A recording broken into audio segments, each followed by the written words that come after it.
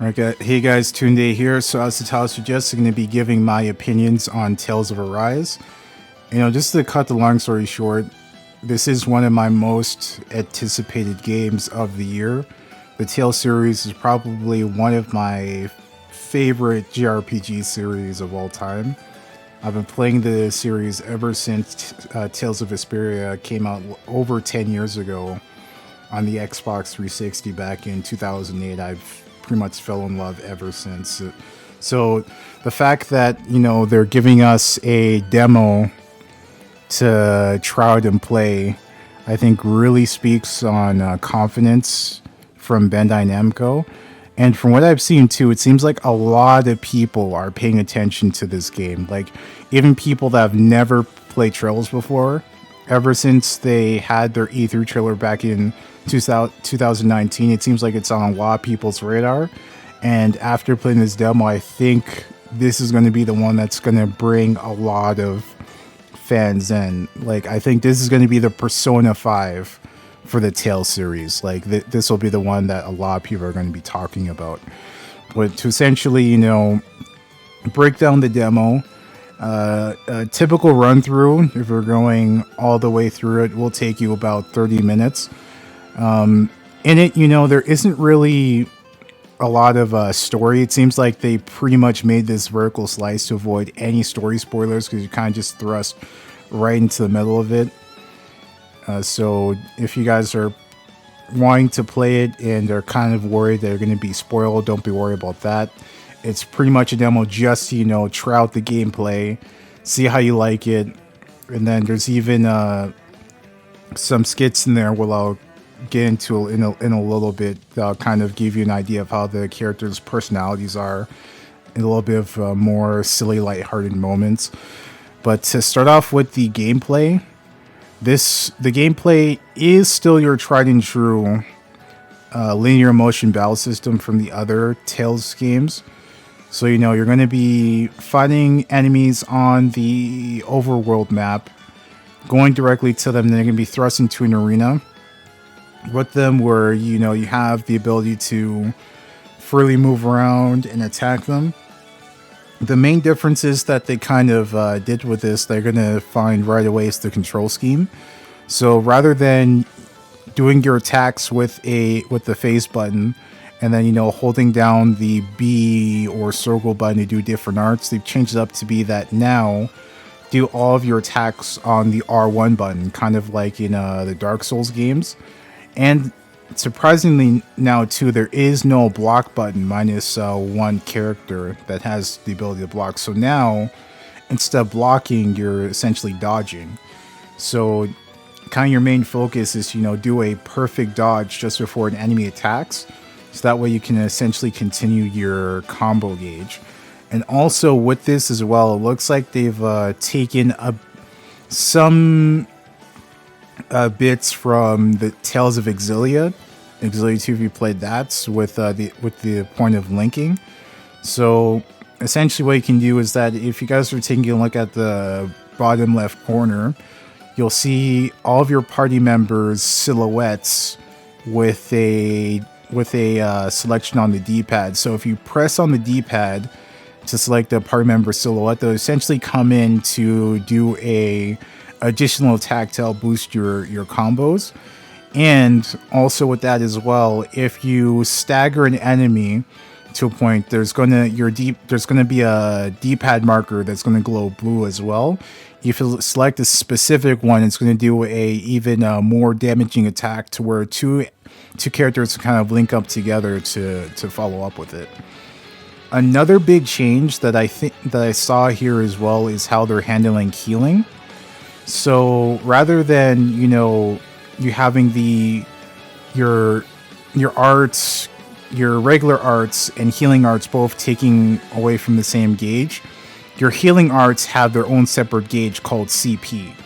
Now, one thing that I saw that a lot of people surprisingly kind of misinterpreted about how the CP works is that with it, even though your CP has its own separate gauge, you can still refill it kind of like you did with your with like your mana or TP points in the other Trails games. Now, one thing that I saw a lot of people get confused about, even in like the early previews from other creators, is that they assume that the only way to refill your CP gauge is by resting at a campsite. But you can still refill your CP gauge kind of the same way you could in the other Trails games, or Tales games, sorry. So, for example, you know, the common items that you'd use to keep using magic or your arts would be to use an orange gel. So in this game, you still have the orange gels, but what they're pretty much focused around is filling up the CP gauge specifically. So with this here, it's not like you're going to be in a battle and, you know, just stuck without healing. You can always fill that gauge up to where, let's say if your two party members, or mainly Shion, who's the main healer of the group, runs out of the ability to heal, you can just, you know, spend some orange gels to get that back and continue to be back in the fight. So, because I saw that was a pretty common worry from people, thinking that, you know, they're kind of going to be stuck, you know, wasting all of their items rather than, you know, relying on healing arts to, you know, save them with that. But you can pretty much be rest assured that that's still going to be there. And you know, with playing with all the different characters, each of them, you know, has their own special abilities as well. So for specifically one of the main characters, Alphen, he carries around 2 swords. So he carries, you know, around a regular, you know, Iron Maid sword. And he also has one made out of flames. And with this one, if you're doing an art, and let's say, you know, you hold down the button for the art, Alphen will essentially pull out the flaming sword to do an additional combo, but the detriment to that is that he will deal additional damage to himself. And they actually explain that in the initial story for his character synopsis as well, because one of Alphen's main traits is that he can feel pain, which is why he's able to use that sword. So even though he is technically getting hurt, he can't feel it. So he essentially kind of has to watch how much he uses that sword, so that way, you know, he just doesn't, you know, lose his arms without even noticing, right? Which is where Shion comes in to kind of remind him, being like, hey, you know, you should probably, you know, dial it down with using that flaming sword. You're kind of hurting yourself a little bit too much. And then with the other characters too, such as like Kisara, who is pretty much your main tank of the group, a lot of her repertoire revolves around the big shield that she has. So she essentially can, you know, take a lot of damage and block a lot of incoming attacks with the shield, and then do incoming attacks with it. And then with your mage, Rinwell, she's probably also a unique person to where, with a lot of her spell arts, if you hold the button down, she's doing an enhanced version and stronger version of that art. But, you know, the downside to that is that she's kind of, you know, stuck there doing the attack, charging up for the attack. So while she is stuck there, you kind of have to watch out for enemies coming after you. So you kind of have to, you know, time when you're going to be charging up her spells and, you know, when to just whip out a regular spell.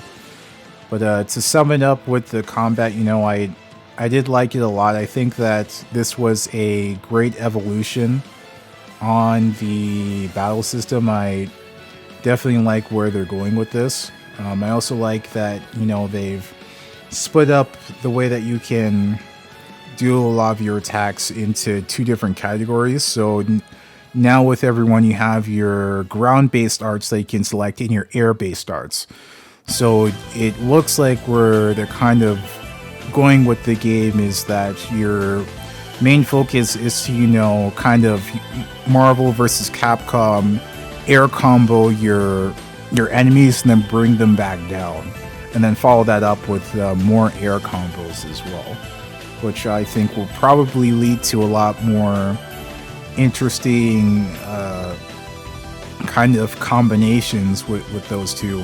I think it kind of gives people a much better idea about, you know, where a lot of their attacks can link up together, because in a lot of the older games, especially with Vesperia, they kind of treat it like more of a old school fighting games where you kind of need to figure it out yourself about, you know, which attacks can link into which attacks can cancel into each other, what the timing is. So it seems like they've streamed that a little bit for newcomers to kind of get an idea about where they need to go. But I still feel that, you know, like a few weeks into this, when the game comes out, we're going to see crazy combos from other people, and I'll share that online. I mean, we're even seeing that right now on YouTube if you guys have been looking around.